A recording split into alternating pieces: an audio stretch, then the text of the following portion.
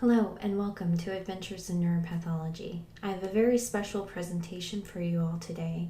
A little bit of background. My name is Andrea Gilbert. I am a pathologist. I am a physician. I am board certified in anatomic pathology, clinical pathology, and neuropathology. And usually on this platform, I share with you guys the neuropathology part of my practice. I am also the autopsy director at my institution, and I wanted to share with you the results of an autopsy that we did for a patient who was positive for COVID-19. I think that this is very important because we don't have a lot of pathology data out there regarding COVID-19. We do have quite a few clinical reports coming out of how these patients are doing in a clinical perspective, but we don't really have a lot of reports out there based on pathology studies. And so I just want to say thank you so much to the family for allowing me to present this. I think it gives a lot of information to our clinical colleagues in the ICUs and in the emergency departments so that we have a more informed position when trying to fight this virus on the global stage. Okay, so let's get started. This is a clinical presentation. Fortunately, we haven't had that many deaths yet in the San Antonio area, so I don't want to share with you her exact age. But she was a young to middle-aged woman, and she presented 6 days before she passed away with a 1-week history of fever, cough, and dyspnea, which means difficulty breathing. Her past medical history was significant for just obesity. There was a questionable history of possible asthma. My impression was that she would puff on an inhaler every once in a while, especially during allergy season. But as far as having pulmonary function testing, that she didn't have that official diagnosis. In the emergency room, she was noted to have severe respiratory failure and hypotension. She had some serious hypoxia, meaning that her oxygen levels were very low. And so she immediately had a breathing tube stuck down her throat to help her breathe, and was put on a ventilator. So here are some labs. And again, this is a pathology presentation, so this is going to be very brief. To the non-pathologist, non-medical folks out there, her white blood cell count had a normal range, but the peripheral lymphocyte count, the absolute lymphocyte count, was a little bit low. And this has been described in other patients with COVID, and the reason for that is not clear. Her cardiac markers, which is the troponin and the BNP, her cardiac markers were elevated, so there was concern about her heart function. The D-dimer was elevated. Interleukin 6 was undetectable. That did increase throughout her stay. Of note, ANCA was negative. I will show you a little bit of vasculitis in the future.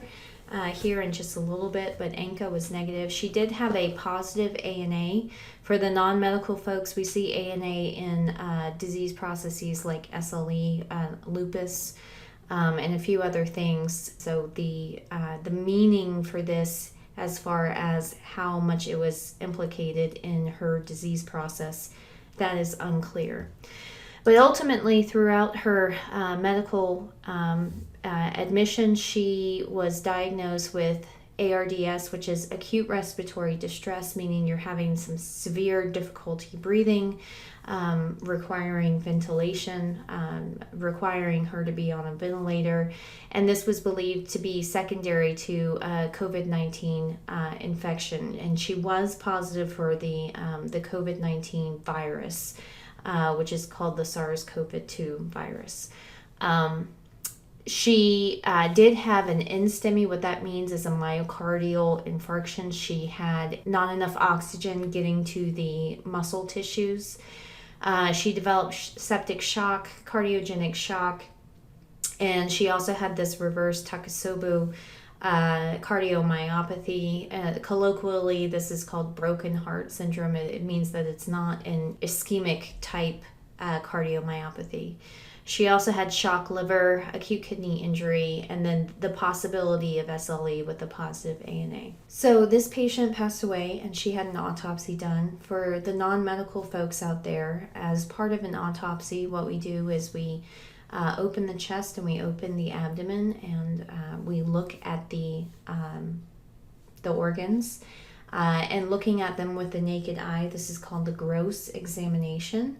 And then we take small little pieces of tissue and we cut them very small and we put them under a microscope. Okay, so let's take a look at her lung. This is what it looks like here. On the outer surface, what a lung should look like is a lung should be very, very shiny. And we've got a bit of glare here. But we can see that this, if you look in the areas of this lung that does not have the glare to it, we can see that there is a dullness to it here on the pleural surface. And then if we look right around here, this area of the lung is very red. It's very erythematous. And it was actually this area of the pleura that I'm showing here was underlying large areas of consolidation. And when we took little sections of this lung to look at under the microscope, you could see that there was a lot of pleural edema that had this blood-tinged fluid to it. On the surface of the lung, we could see that there were these flat, tan, smooth little lesions, kind of like macules on the pleural surface. Microscopically, these did correlate with a lymphocytic pleuritis. The lungs were very heavy, they were very boggy, they were very consolidated, and so what that means is that when you feel the lungs, it should have this very kind of spongy like consistency to it because it's full of air, but this lung was not. It was very, very much of a firm or kind of a rubbery consistency, and then when you cut into it, there's all this pleural edema. So if we take a look at what the lung tissue looked like, on the lung on the left side of the screen, this is what generally lungs should look like, relatively speaking. We see that there's a lot of these clear looking spaces here, and those clear looking spaces, they should have air in them. So what we've done is we've taken this big piece of tissue and we've sliced it into these very, very, very, very thin slices. And when we take those thin slices and we put it down on a glass slide and we look at it through the microscope, what we're seeing is a lot of clear spaces because those clear spaces should be filled with air in the living person. So on the right side of the screen, what we're seeing is that there is this diffuse consolidation. The air spaces that we see on the left side of the screen, on the right side of the screen, they're completely filled up. And so I'm going to focus in right about here, in the center here. And so on the left side of the screen, it's relatively less involved. On the right side of the screen, we can see that the air spaces are really, really filled up. And they've got a lot of cells in them, which I'll go into in just a second. For the non-medical people out there, take a look at the septal walls here of the alveoli. The alveoli are supposed to be very, very thin. Essentially, they contain a capillary vessel running through with blood, and then the pneumocyte, which is the lung cell, the cell lining of the alveoli, and that is a very, very thin border. And the reason why it's so thin is that it allows for the diffusion of oxygen coming from the alveolar space into the capillaries where the blood is so that we can oxygenate the blood. The way that should normally work is that the alveolar spaces and the alveolar sacs and the alveolar ducts, they should be clear, they should be full of air. On the left side of the screen, it's relatively what we should be seeing. On the right side of the screen, it is not. Okay, so let's take a look here. What we're seeing here is a really markedly severe and very extensive edema. So if you take a closer look here, you can see that there's this kind of reticulated pattern here. What we're seeing there is that is where the alveolar septae are. This is where the alveoli are. We can make out these little circles here and here and here and here and here. And basically what that is showing is this is where the alveolar spaces were, and that is the alveolar wall bordering that space. But instead of seeing a clear space like we should be seeing, we're seeing that it's filled up, massively filled up with this pulmonary edema. And so for the non-medical folks out there, what this means is that she was unable to perform gas exchange in the alveolar spaces because they were filled up with fluid and this cellular infiltrate, which we'll see in just a second. Okay, so we've got a lot of findings here, and I'm just going to list these as we go through them. So we're seeing large areas of consolidation. There's markedly severe pulmonary edema, again, filling up those air spaces with that fluid. And so if we think back to her clinical presentation of how she presented before she passed away, you will remember that she had a really bad hypoxia and hypoxemia, which means that there's not enough oxygen in the blood. And this is why, because her alveolar sacs and the air spaces were filled up with fluid, and you're not able to get oxygen in and carbon dioxide out. So if we continue on here, we can see, we'll go back to this example that we just looked at previously. Let's zoom in this area right here, and we already saw this slide. There's a relatively uninvolved lung on the left side and much more involved lung on the right side. And let's zoom in right here where that box is. Some of you might be wondering what this is. We can see that there are these little cilia here. This is respiratory epithelium. It probably got lodged in there during section, so don't worry about that. The thing that I really want to point out here is this cell right here. Now, if you take a comparison between this cell and the cells around it, you can see that this cell is massively enlarged. We've got a scale bar right here. To me, this is very convincing for viral cytopathic effect. So for viral cytopathic effect, well, what is that? It is the effect that a virus has on the cytologic appearance of a cell. So if you think about things like herpes, adenovirus, cytomegalovirus, there's a bunch of different viruses out there that when the virus infects the cells, it looks abnormal. So the cell that is infected by the virus looks very different from the cells that are not affected by the virus. And so this, I believe, is a pneumocyte, and I believe that this may be a very reactive pneumocyte, but I think it's very convincing for viral cytopathic effect. Another cell that's very convincing for viral cytopathic effect is this one. And look at the size here. It's a massively enlarged cell. Now this cell is really prominent. It catches the eye. You can see it from a mile away. But if you look around, you can see that there's other cells very similar to it that are not as enlarged or not as prominent, but they do have what looks like to be an abnormal appearance to them. This guy over here. And so I think what we have here is a viral cytopathic effect, with there being some cells that are massively affected, but other cells, they do show this this change to the nuclear appearance and to the cytoplasmic appearance. That is very suspicious, very, very suspicious. So, okay, so if we take a closer example, we can see here's another example of what I believe to be a viral cytopathic effect. Other people out there might think that, oh, maybe that's just a really reactive pneumocyte, and that's totally possible. But to me, this is very convincing. So just to recap, what have we seen so far? I've put the new findings in red here. Seen here that we just described is this viral cytopathic effect. That some people might think is a really reactive pneumocyte, but I think it's very convincing. Okay, so moving on here, we've moved to another part of the lung. We can see here's the pleura here. This is the peripheral aspect of the lung here.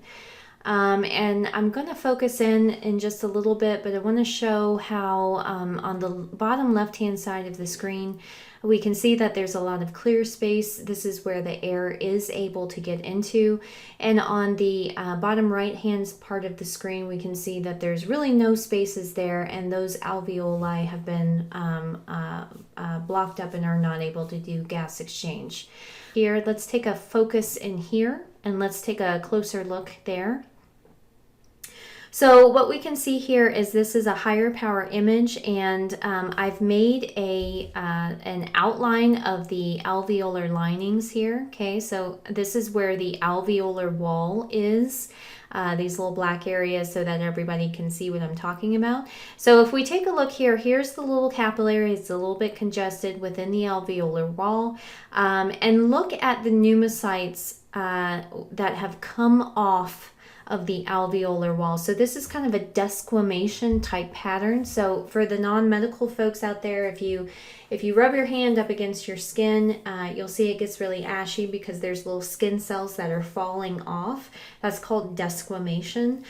So basically the cells of that normally line the lung tissue, they seem to be falling off of their basilar attachments, which is not a good thing. You don't want those cells to be falling off because you're not going to be able to get good gas exchange.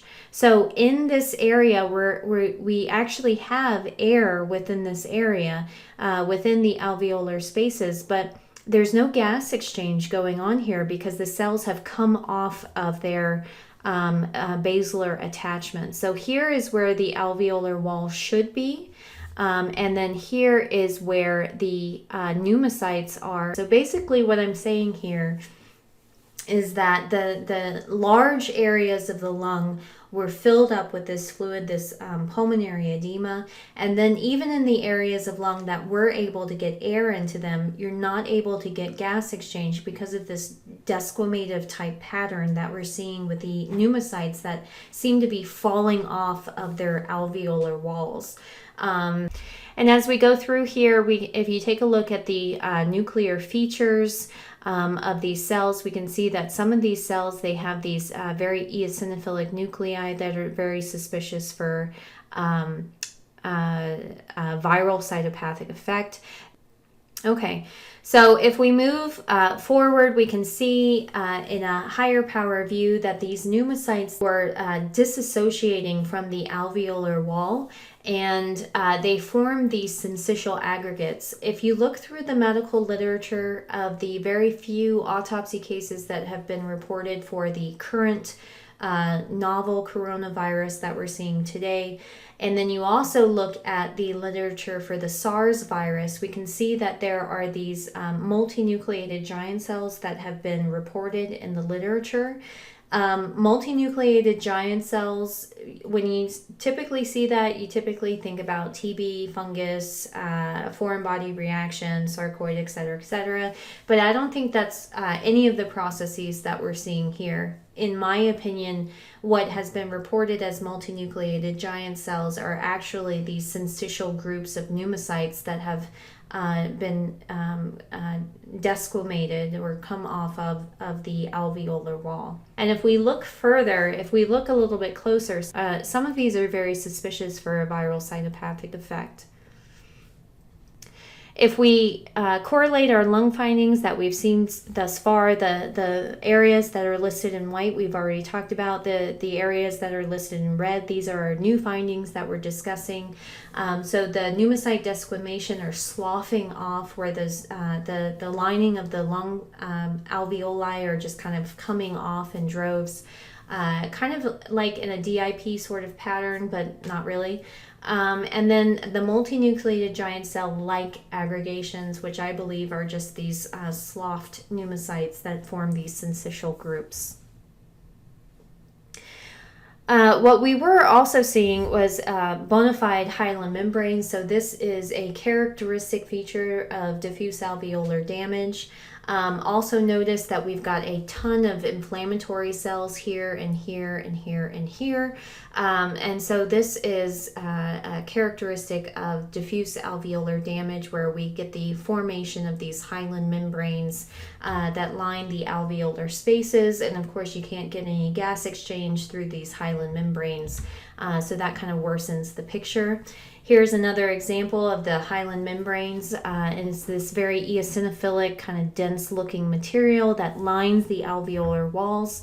This image is also showing how these pneumocytes are just kind of falling off of their basilar attachments. They're filling up into the alveolar spaces. Some of them have kind of enlarged nuclear features and ample cytoplasm, very suspicious for viral cytopathic effect.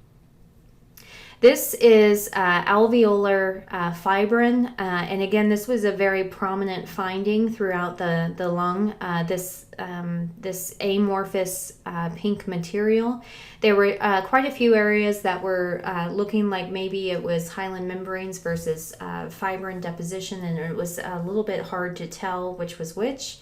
So this was a pretty extensive finding.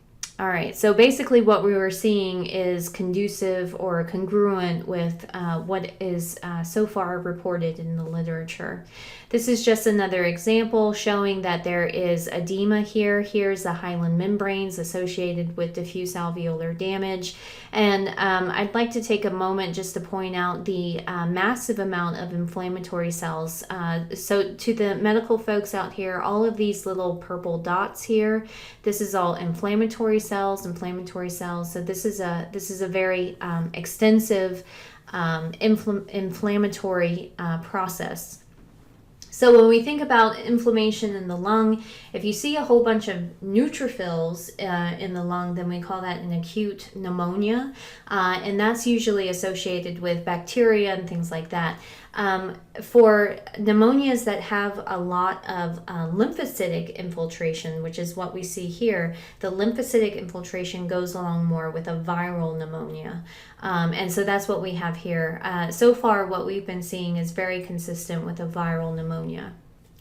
So just going back to the diffuse alveolar damage, to the pathology residents out there, DAD can be basically separated into two parts, an early phase and a later stage.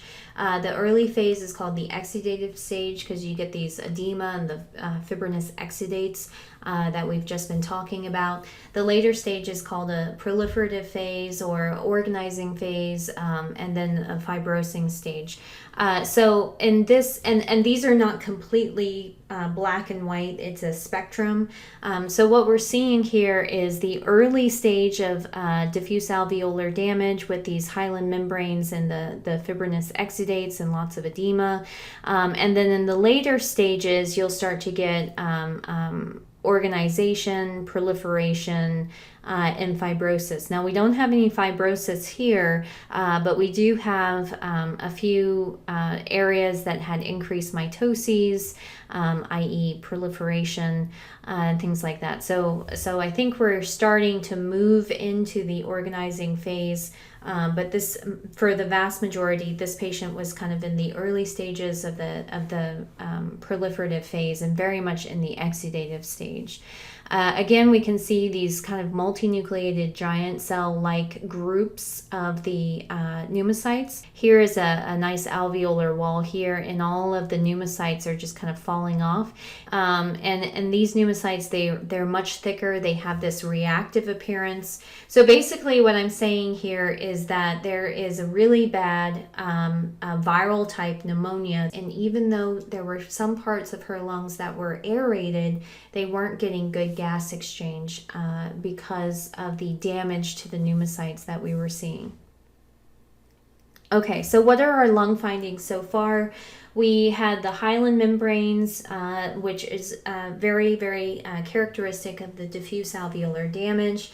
And this is consistent with her clinical presentation of the acute respiratory distress syndrome, or ARDS. Okay, so when I was first looking through this lung at scanning it at 10,000 feet, I thought that I thought that this was a fibrin thrombus. But when you get up on higher power, you can see that no, it's not a fibrin thrombus. It's just coagulum, and you can see separation of the erythrocytes here and the fibrin there.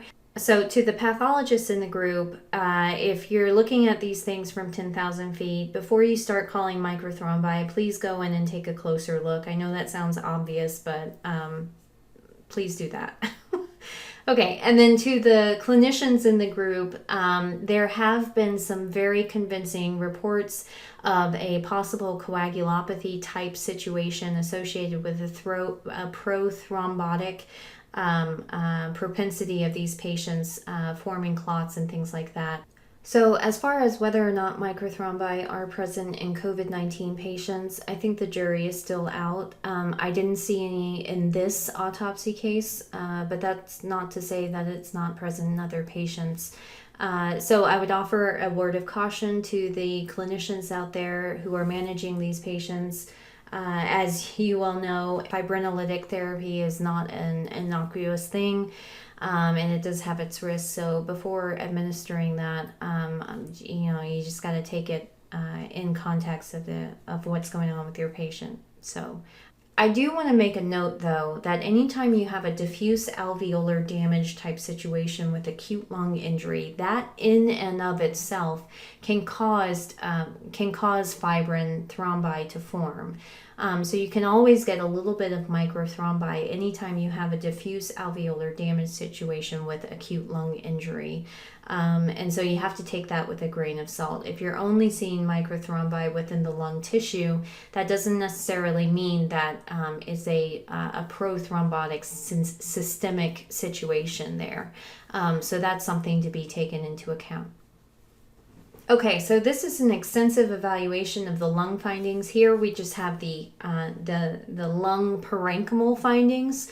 I want to move forward with you guys and talk about the vascular findings within the lung. And so this is the blood vessels, and I labeled it here. The blood vessels are filled up with red blood cells. Those are the oxygen carrying cells.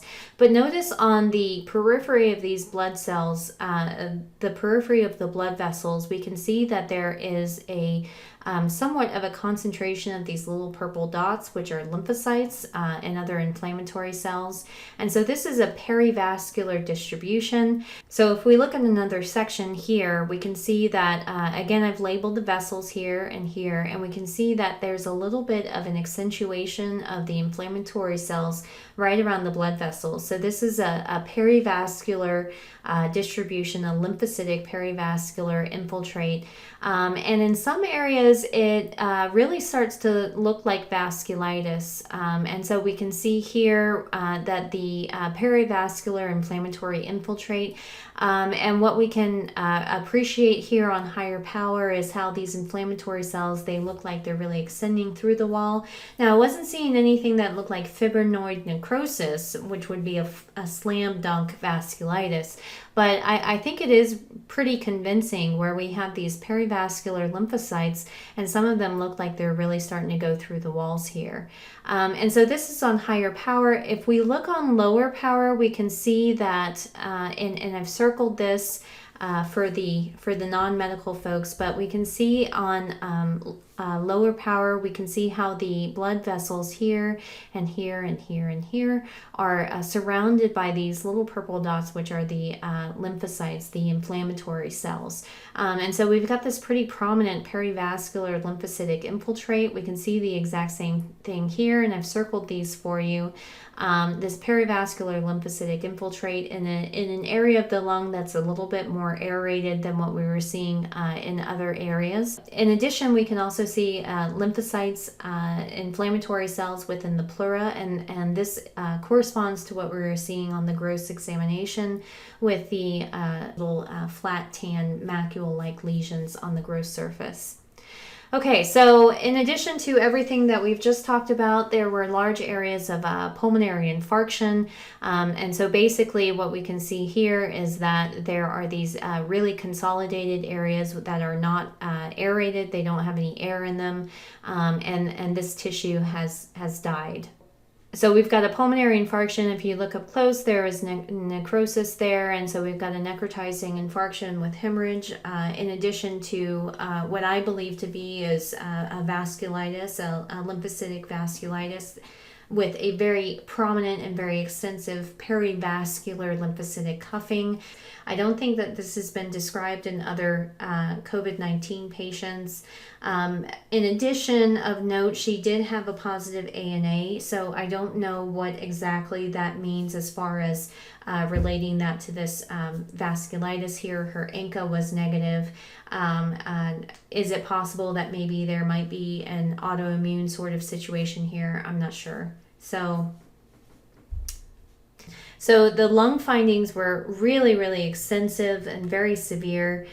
So I just want to get on a soapbox for a little bit and let you guys know that there have been some reports out there, especially in the lay media, talking about how ventilators cause harm and that ventilators are bad, et cetera, et cetera. And I just want to say that that is not the case. So ventilators do have the capacity to cause barotrauma, but as with anything, you have to weigh the risks and the benefits. In patients who are basically drowning in their own fluids and they're not able to breathe and they're gasping for breath, ventilator is absolutely necessary. To be clear, I didn't see anything in this lung that looked like barotrauma. I didn't see anything in this patient that looked like there was injury from the ventilator. All of this is associated with the virus, with the inflammatory infiltrate, and with the infection of the virus. And another interesting thing about this case is that this patient was not an older patient. She was not elderly. She had obesity, maybe this possible history of asthma, but really didn't have much in the way of comorbidities. And she was relatively young, and she had a very severe clinical course. So just a note to all of you young people out there, if you think that you're invincible, you're not. So please take it seriously. Okay, so I'm off my soapbox. Let's continue. So these were the lung findings that I was showing you guys. I wanted to continue on to some other aspects of this case. And so if we move forward, here's the peripheral smear. This comes back to the discussion about the possibility of microthrombi and a prothrombotic sort of situation here. Basically, what we were seeing were these atypical lymphocytes and then a left shift. So what does that mean? The left shift is where the cells are getting pushed out of the bone marrow a little bit earlier than when they're ready. And usually you see this when a person is fighting an infection and they're trying to get as many of those infection-fighting immune cells out as quickly as possible. So we were seeing a left shift and some atypical lymphocytes, and we can see that here.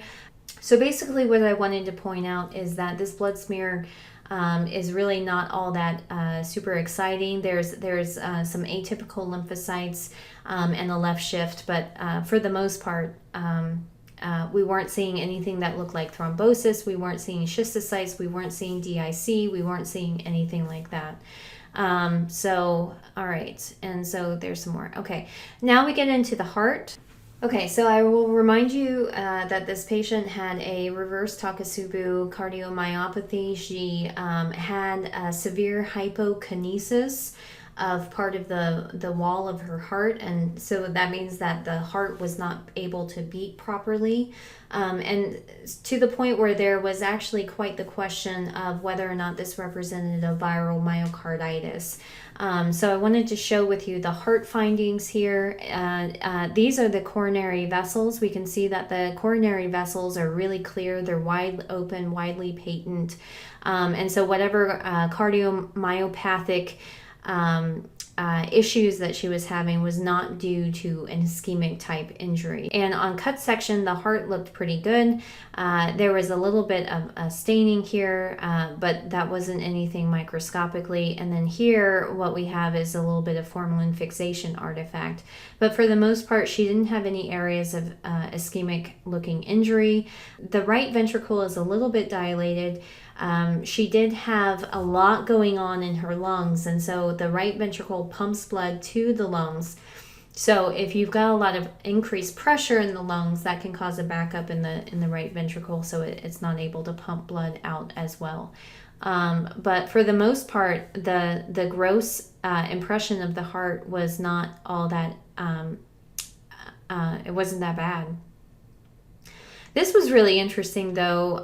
This heart, the right atrium, this is the right atrium, it was very thin, and there were areas of the right atrium that looked like the myocardium was partially missing here and here, and so there were areas where the epicardium was basically bare and did not have myocardium underlying it. And so I think that this was probably a congenital process for this patient, where congenitally she didn't have enough myocardium within the right ventricle, but that never really caused her any problems because she was relatively healthy.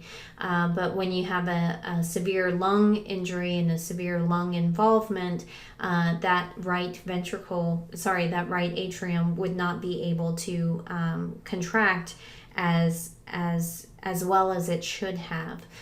So I think that this probably contributed some to her cardiac abnormalities that were noted in the antemortem time period. Okay, so let's take a closer look at the myocardium. Just as a reminder, the clinicians in this case were very concerned about a viral myocarditis. She had this very severe hypokinesis, or decreased wall movement of the wall of her heart. She wasn't able to push blood as well as she should have been. And so the clinicians in this case were very concerned about a fulminant viral myocarditis. We did not see that. What we did find was edema. So there was this very interesting myxoid edema that we were seeing in the heart, and I don't know if this is an intrinsic part of the COVID process or if this was something different. So just as a bit of background, there have been increased reports of COVID-19 and patients with COVID-19 having cardiomyopathy, cardiac issues. And for the most part, this has been complicated because a lot of the patients who have been passing away, they have other cardiac issues that were pre-existing prior to them getting sick. So it's kind of hard to say, okay, what was the pre-existing cardiovascular disease compared to the current COVID infection. And but in this patient had no history of underlying cardiovascular disease. This patient had very clear coronary arteries that grossly and microscopically did not have any atherosclerotic disease, and she was a young to middle-aged adult. So we're seeing this myxoid type edema, which is kind of strange, but I'm not sure the exact cause of that. Is this a process of the virus, but we weren't seeing inflammatory infiltrates that would indicate presence of the virus in the heart tissue?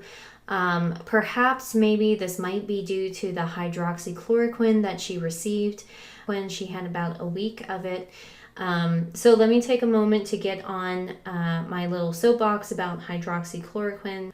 So hydroxychloroquine is not a benign drug. It's not like popping an aspirin or taking an ibuprofen. It's not a benign drug. So people who take it, they need to be closely monitored. The therapeutic window for hydroxychloroquine is very narrow. So what does that mean? It means that the amount that it takes to have effect versus the amount that it takes to have toxicity is very close together. So that therapeutic range between having an effect and then having toxicity is very narrow. And so these patients, they really need to be monitored. It needs to be under a physician's management. Okay, done with the hydroxychloroquine spiel. Let's move on. So this patient has a relatively good-looking heart. There was this edema, this kind of myxoid edema. I apologize, the blue really isn't coming out, but it had these kind of myxoid-like spaces there. And again, the clinicians were very concerned about a fulminant viral myocarditis. We were not seeing a fulminant myocarditis. We did see very, very rare areas of very focal, very mild lymphocytes. And so these little purple guys right here, these are little lymphocytes. We did do an immunohistochemical stain that highlights lymphocytes, and this is as exciting as it gets. Very rare foci of very few scattered lymphocytes were present. This was in the papillary muscle of the left ventricle. We did not see lymphocytes anywhere else. And so that clinical impression of a fulminant viral myocarditis was not substantiated on the pathologic findings. So for the clinicians out there who are in the ICUs and treating these patients, we're seeing that there's these very abnormal kind of EKG functional processes within the heart. The heart's not beating as well as it should be. And there's a question about a viral myocarditis, and that's not what we're seeing in this autopsy patient. So what is responsible for those cardiac abnormalities? I don't know, but it's not a viral myocarditis. And maybe perhaps the virus is involving the electrical conduction system within the heart, but I don't see evidence of a viral myocarditis in this autopsy case. Okay, so moving on, I want to talk to you about the kidneys here. So this is the kidneys. The kidneys grossly, they looked pretty okay. And microscopically, this is what we were seeing. It was a pretty unremarkable kidney for the most part.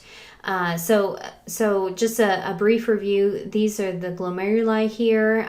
This is the part that makes the urine.